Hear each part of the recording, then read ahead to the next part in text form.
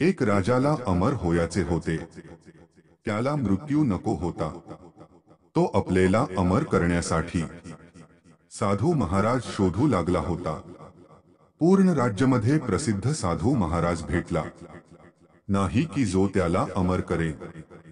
महाराजाला एक शिपाई सांगतो, महाराज आपल्या राज्याच्या बाहेर एका वन मध्ये एक साधू महाराज ध्यान करत आहेत, तेच तुम्हाला उपाय सांगतील. राजा लगेच साधू महाराजाकडे गेला व त्याने विचारले की, साधू महाराज, मला अमर होयाचे आहे, मला यासाठी काही उपाय सांगा. यावर साधू महाराज म्हणाले, समोर दिसत असलेल्या पर्वता पलीकडे तुला एक सरोवर दिसेल, त्याचे पाणी तू पी म्हणजे तू अमर होशील. ते 2 पर्वत ओलांडून राजा त्या सरोवरापाशी गेला.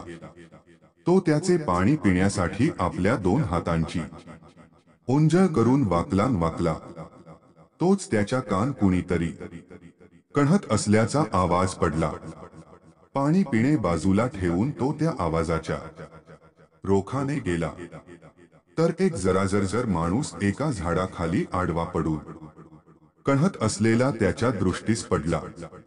राजाने त्याला त्याच्या कणहण्याचे कारण विचारले असता तो म्हणाला, या सरोवराच पाणी प्यायल्यामुळे मला अमृतत्व आलं खरं, पण वयाची 100 ओलांडताच माझ्या मुलाने मला घराबाहेर हाकलून दिले. गेली 50 वर्ष मी येथे तळमळत पडलो आहे, पूर्ण दुर्लक्षित असलेल्या अवस्थेत.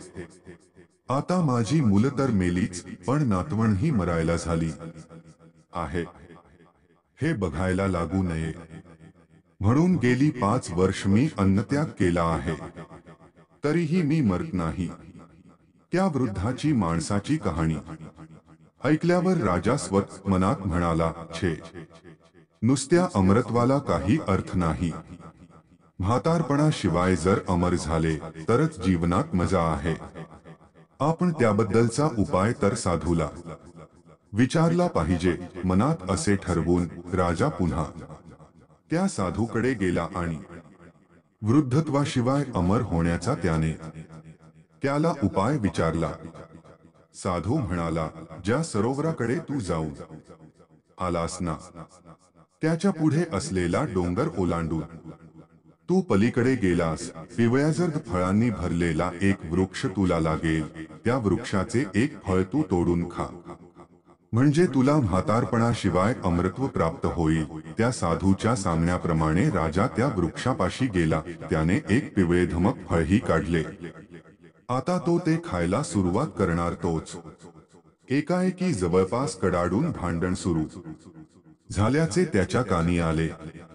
तिकडे जाऊन तिथे भांडत असलेल्या 4 तरुणांपैकी एकाला राजाने भांडणाचे कारण विचारले असता तो म्हणाला, आता मी 250 वर्षांचा झालो, तरी हा माझ्या उजव्या बाजूला उभा असलेला 300 वर्षांचा बाप आमची पूर्वापार मालमत्ता माझ्या स्वाधीन करीत नाही.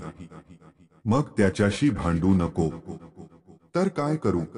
राजाने त्या तरुणाच्या इतक्याच तरुण दिसणाऱ्या त्याच्या तगड्या बापाकडे प्रश्नार्थक नजरेने पाहिले असता तो म्हणाला, अहो, मी काय करू? हा माझ्या उजव्या बाजूला ताठ उभा राहिलेला माझा 350 वर्षीचा माझा बाप जर ती मालमत्ता माझ्या स्वाधीन करील तरच मी ती माझ्या मुलाला देऊ शकेन ना. यावर तो बापाचा बाप म्हणाला, यात माझा खरोखरच काही दोष नाही.